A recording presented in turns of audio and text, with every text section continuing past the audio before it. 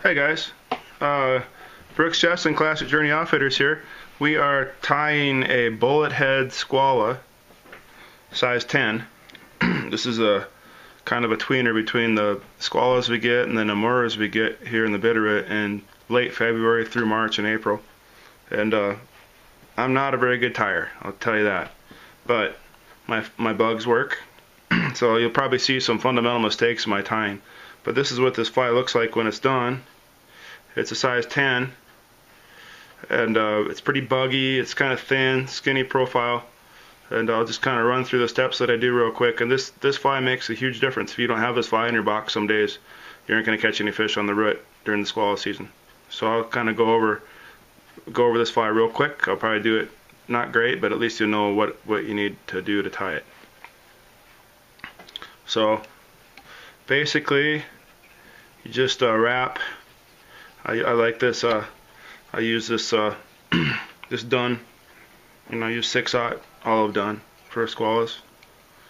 And then I use a piece of foam. I cut it probably. I don't know if you can quite see here.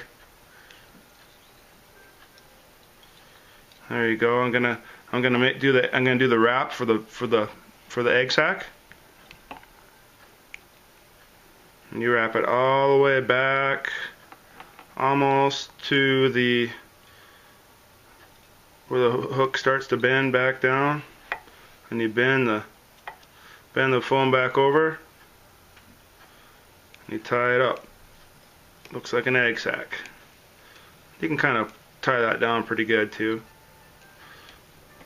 Kind of cover that up. Sometimes I put a little bit of head cement on the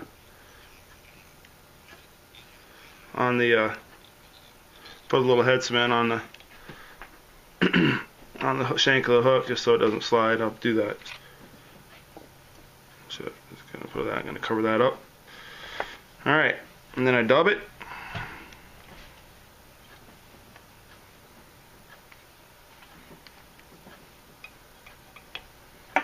And just use the olive dubbing with a little sparkle.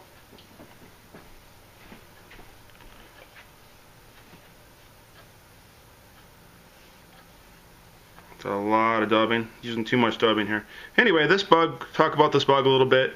We fish a few different flies here in the spring. We fish with bullet heads, we fish a Freddy, we fish a kind of a couple low profile squallas. And you kind of just gotta, you can go too big on these things, but you can't go too small.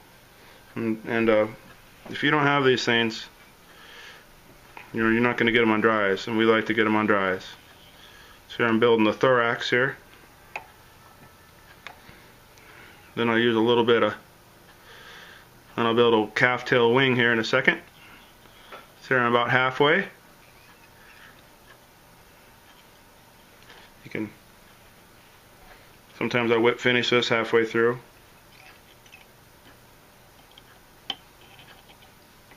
There you go.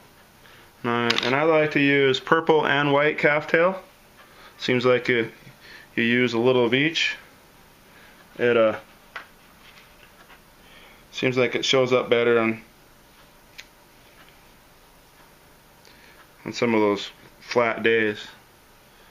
A little white.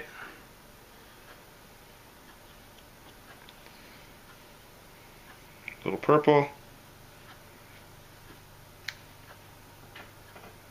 Just tie it in the length of it. I'm just throwing this on there quick, guys. I'm not taking my time doing it, I'm not, like I said, I'm a rudimentary crappy tyer, but my flies work. So, and they seem to hold up pretty good too. Just kind of trim that back a little bit.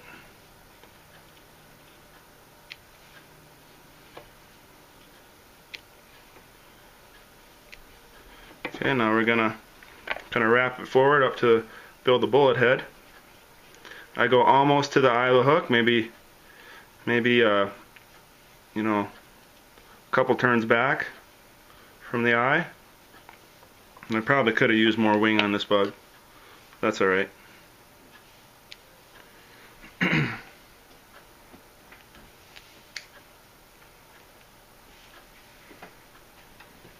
I stack my hair.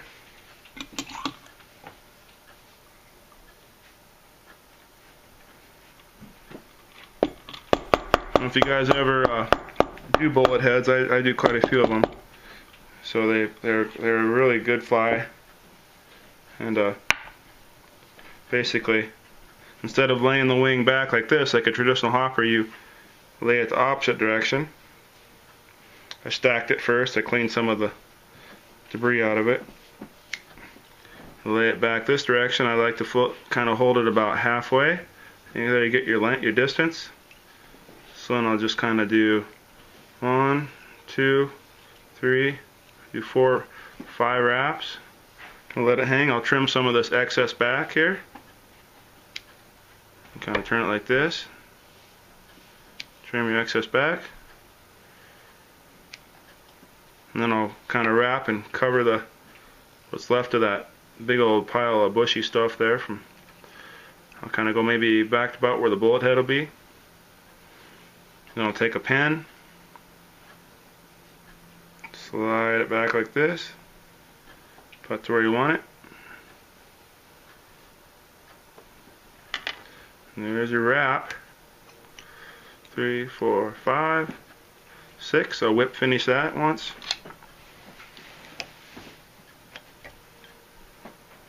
A bunch of stuff sticking to my whip finish tool here. 1, 2, 3, 4. Okay, now you're partway done. All we have to do is put the legs and the post on. And I'll show you how to do that in our next video. We're halfway there. Thanks, guys.